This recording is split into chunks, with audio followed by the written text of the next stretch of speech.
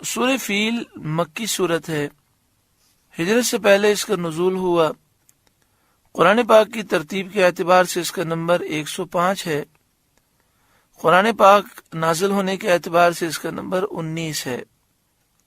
اس میں 1 رکوع، 5 آیتیں، 20 کلمات اور 96 حروف ہیں۔ بسم اللہ الرحمن الرحیم، اللہ کے نام سے شروع جو نہایت مہربان رحم والا۔ الم تر کیف فعل ربک باصحاب الفیل، اے محبوب کیا آپ نے نہ دیکھا آپ کے رب نے ان ہاتھی والوں کا کیا حال کیا۔ ہاتھی والوں سے مراد ابرہہ اور اس کا لشکر ہے۔ ابرہہ یمن اور حبشہ کا بادشاہ تھا۔ اس نے صنعاء میں ایک کنیسہ، عبادت خانہ، گرجا گھر بنایا اور چاہتا تھا کہ حج کرنے والے مکہ مکرمہ کے بجائے یہاں پر آئیں اور اسی کنیسہ، عبادت خانے، گرجے کا وہ طواف کریں۔ عرب کے لوگوں کو یہ بات بہت شاق تھی، انہیں اس بات کا بہت زیادہ غم تھا۔ قبیلے بنی کنانہ کے ایک شخص نے موقع پا کر اس کنیسہ میں، اس پوجا خانے میں قضائے حاجت کی اور اس کو نجاست سے آلودہ کر دیا۔ اس پر ابرہہ کو بہت تیش آیا، غصہ آیا اور اس نے کعبہ معظمہ کو ڈھانے کی قسم کھائی۔ اس نے قسم کھائی کہ میں کعبہ شریف کو شہید کر دوں گا، اور اس ارادے سے اپنا لشکر لے کر، جس میں بہت سے ہاتھی تھے اور ان ہاتھیوں کا جو سردار تھا ایک بڑا عظیم الجثہ کوہ پیکر ہاتھی تھا، جب وہ چلتا تھا تو ایسا لگتا تھا جیسے پہاڑ چل رہا ہے، جس کا نام محمود تھا۔ ابرہہ نے مکہ مکرمہ کے قریب پہنچ کر اہل مکہ کے جانور قید کر لیے۔ ان میں 200 اونٹ حضرت عبد المطلب کے بھی تھے۔ حضرت عبد المطلب ابرہہ کے پاس آئے۔ آپ بہت جسیم، شان و شوقت والے، آپ کی شخصیت بڑی باروب تھی، آپ کی تعظیم کرنے پر ہر سامنے والا مجبور ہو جاتا تھا۔ تو ابرہہ نے جب آپ کو دیکھا تو آپ سے بہت متاثر ہوا اور آپ کی تعظیم کی اور اپنے پاس بٹھایا۔ حضرت عبد المطلب سے اس نے کہا کہ آپ کیوں آئے ہیں؟ آپ نے فرمایا میرا مطلب یہ ہے کہ میرے اونٹ واپس کیے جائیں۔ ابرہہ نے کہا مجھے بہت تعجب ہوتا ہے کہ میں خانہ کعبہ کو ڈھانے کے لیے آیا ہوں، شہید کرنے آیا ہوں، اور وہ تمہارا اور تمہارے باپ دادا کا معظم اور محترم مقام ہے، تم اس کے لیے تو کچھ نہیں کہتے، اپنے اونٹوں کے لیے کہتے ہو۔ آپ نے فرمایا میں اونٹوں ہی کا مالک ہوں، انہی کے لیے کہتا ہوں، اور کعبے کا جو مالک ہے وہ خود اس کی حفاظت فرمائے گا۔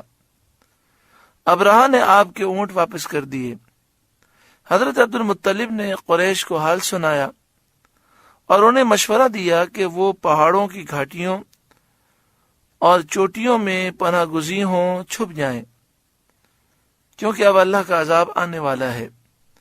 چنانچہ قریش نے ایسا ہی کیا، اور حضرت عبد المطلب نے خانہ کعبہ کے دروازے پر پہنچ کر بارگاہ الہی میں کعبے کی حفاظت کی دعا کی، اور دعا سے فارغ ہو کر آپ اپنی قوم کی طرف چلے گئے۔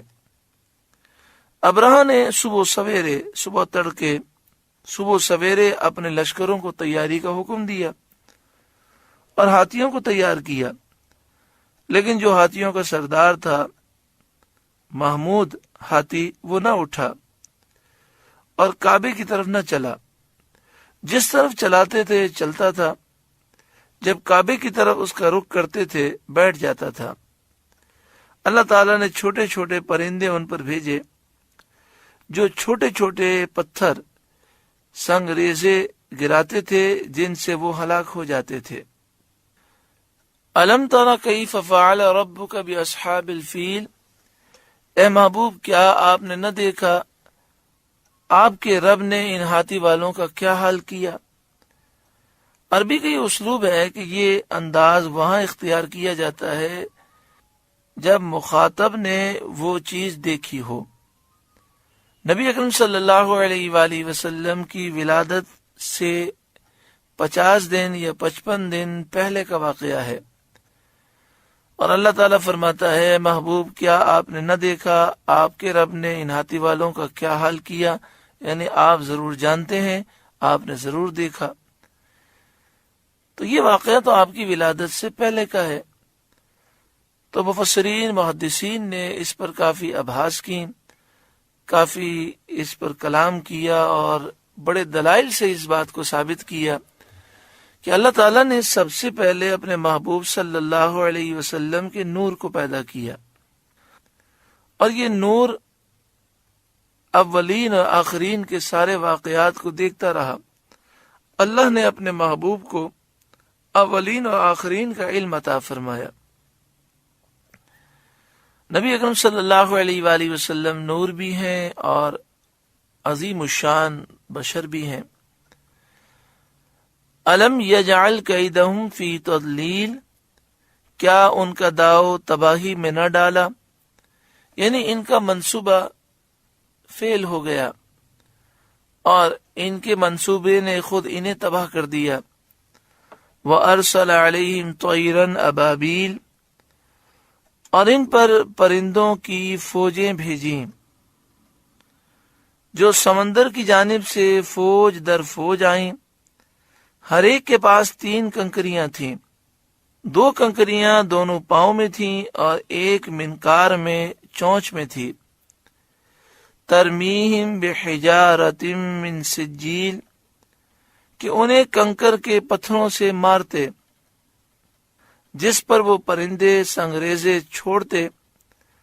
وہ سنگریزہ اس سپاہی کے خود کو، یعنی لوہے کی ٹوپی کو توڑ کر سر سے نکل کر جسم کو چیر کر ہاتھی میں سے گزر کر زمین پر پہنچتا۔ ہر سنگریزے پر اس شخص کا نام لکھا تھا جو اس سنگریزے سے ہلاک کیا گیا۔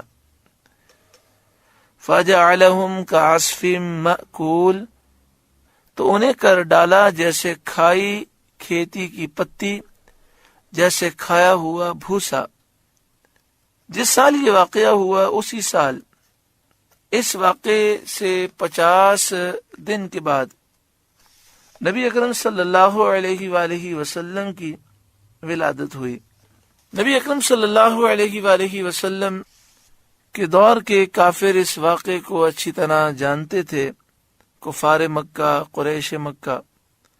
تو اس سورہ مبارکہ میں انہیں درس دیا گیا کہ جب ابرہہ نے سرکشی کی تو اللہ نے اسے اور اس کے لشکر کو برباد کیا۔